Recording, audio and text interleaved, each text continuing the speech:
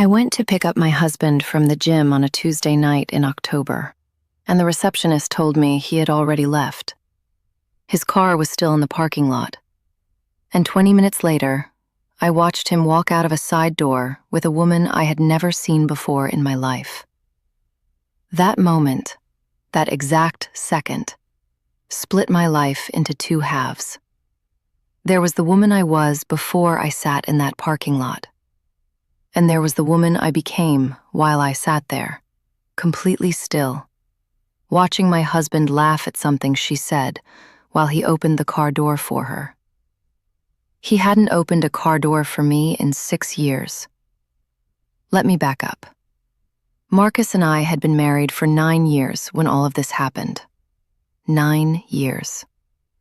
We met when I was 29 and he was 32, at a mutual friend's birthday party in downtown Denver. He was charming in that quiet, confident way that makes you think a man knows exactly who he is. He had a good job as a project manager for a commercial construction firm. He made decent money. He showed up. That was what I told myself. He showed up. We got married 2 years after we met, bought a house in Lakewood, had our son Callum 3 years into the marriage. I was working as an office administrator for a pediatric clinic, and when Callum was born, I cut my hours down to part-time so I could be home more. Marcus never asked me to do that. I want to be fair. But he also never told me not to. He benefited from it every single day. The clean house, the packed lunches, the school pickups, the fact that Callum always had a parent present. And he never once said thank you in a way that felt like he meant it. For the last 2 years of our marriage, Marcus had been going to the gym 5 days a week. I thought it was admirable, honestly. He'd put on some weight in his mid-30s, we both had, and I was glad he was taking care of himself. He went right after work, usually got home around 8 or 8:30, ate dinner, watched TV for an hour, and went to bed. Every night. That was our life. That was what we had built. I wasn't happy, but I wasn't miserable either. I was somewhere in that gray space that a lot of married women with kids and mortgages know very well. You stop expecting fireworks. You stop expecting much of anything. You just keep moving forward because that's what you do. The night everything changed, I had picked Callum up from soccer practice, and his bag had ripped open in the parking lot. His cleats were muddy, his jersey was soaked through, and he was in that particular kind of 6-year-old meltdown that requires all of your patience and none of your logic. By the time I got him bathed and in bed, I realized I had completely forgotten to take anything out for dinner. The fridge was empty except for condiments and a block of cheese. I thought, you know what? I'll just drive over to the gym and pick Marcus up, and we can stop somewhere on the way home. A simple idea. Sweet, even. I remember thinking it would be a nice gesture. The gym was a 20-minute drive from our house. It was called Elevate Fitness, one of those mid-range places with a smoothie bar in the lobby and lockers that actually lock. Marcus went there religiously. I had been inside maybe 3 times in 2 years. I walked up to the front desk and smiled at the receptionist, a young woman with a high ponytail and a name tag that said Brittany. I told her I was there to pick up my husband, Marcus Delaney. She pulled up the check-in system on her screen. She scrolled. And then her expression shifted in a way she tried to hide. "Oh, he checked out about 20 minutes ago," she said. I smiled. I said, "That's weird. His car is still in the lot." She looked at the screen again. She looked at me. She said, "I'm sorry. I'm just going by what the system shows." I thanked her. I walked back outside. I sat in my car. His car, the black Nissan Pathfinder we had bought together 3 years ago that still had Callum's booster seat in the back, was parked 4 spaces to my left. I stared at it. I told myself there was an explanation. Maybe he was still in the locker room. Maybe the system updated before he actually left. Maybe he was getting a smoothie and the desk girl had already clocked him out. I sat there for 22 minutes. I know because I watched my phone screen go dark and light up again 4 times. And then the side door of the building opened. It was a door I hadn't noticed before, set slightly back from the main entrance, next to a stairwell that I later found out led up to a yoga studio on the 2nd floor that rented from the gym on a separate lease. Marcus came out first. He was laughing. Behind him, close enough that their arms were touching, was a woman. She was younger than me. I'd say 26, 27. She was wearing a white cropped hoodie and black leggings, and her dark hair was down like she'd just brushed it out. They walked together toward the far end of the parking lot, not toward his car, toward a silver Honda Civic parked near the exit. She unlocked it. He leaned against the passenger side door while she put her bag in the trunk. They talked for a few more minutes. He touched her face, just briefly, 2 fingers along her jaw. But I saw it from 40 feet away, and I felt it in my chest like a punch. Then he kissed her. Not long, but not a quick goodbye either. I did not get out of my car. I did not honk. I did not scream.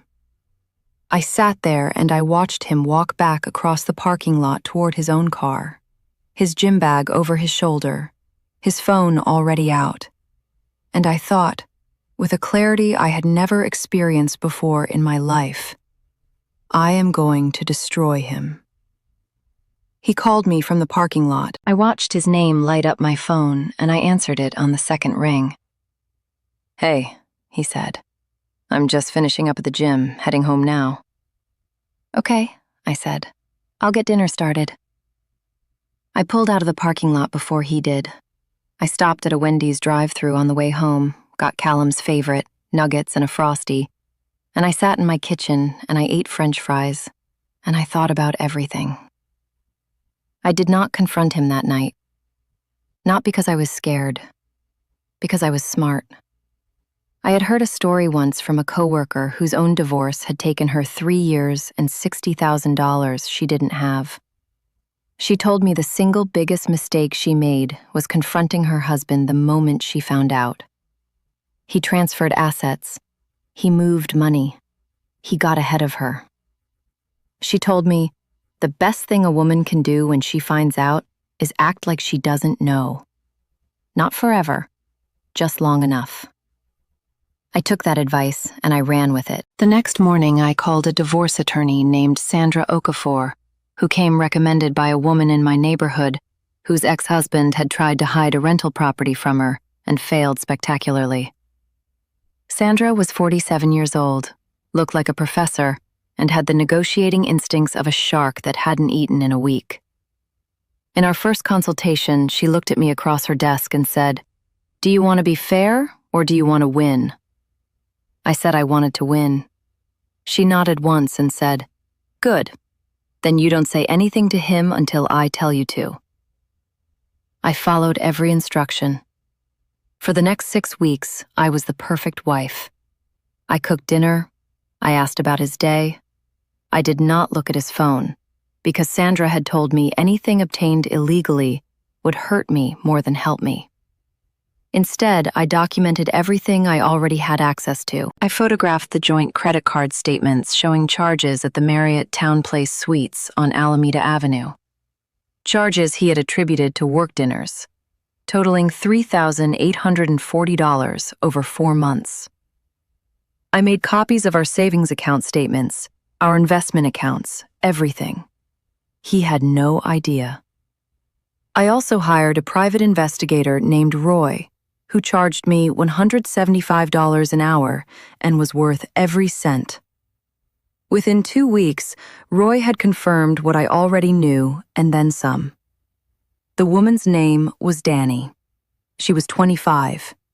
She was a yoga instructor, which explained the 2nd floor yoga studio. She and Marcus had been seeing each other for 14 months.